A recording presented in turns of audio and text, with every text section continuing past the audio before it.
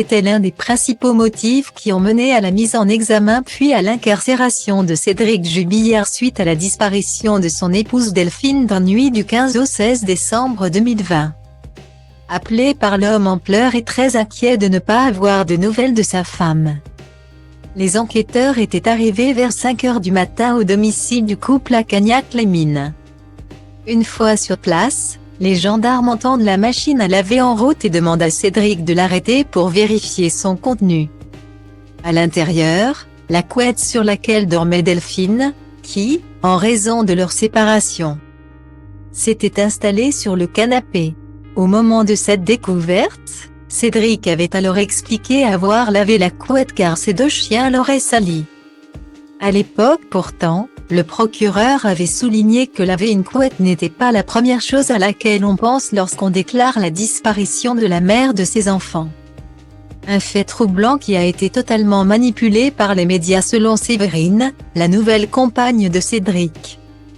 Concernant la lessive, elle n'a pas été faite à 4h50 du matin, elle a été faite 36 heures plus tard, assure-t-elle au journaliste de Femme Actuelle.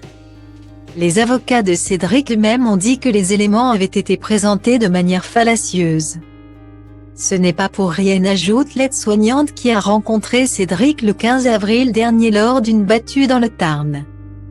Déterminée à prouver l'innocence de Cédric, placé en détention provisoire et mis en examen pour homicide par conjoint depuis le 18 juin 2021 à la prison de Cesse, Séverine explique également que son compagnon a tenté d'appeler près de 200 fois sa femme au moment de sa disparition.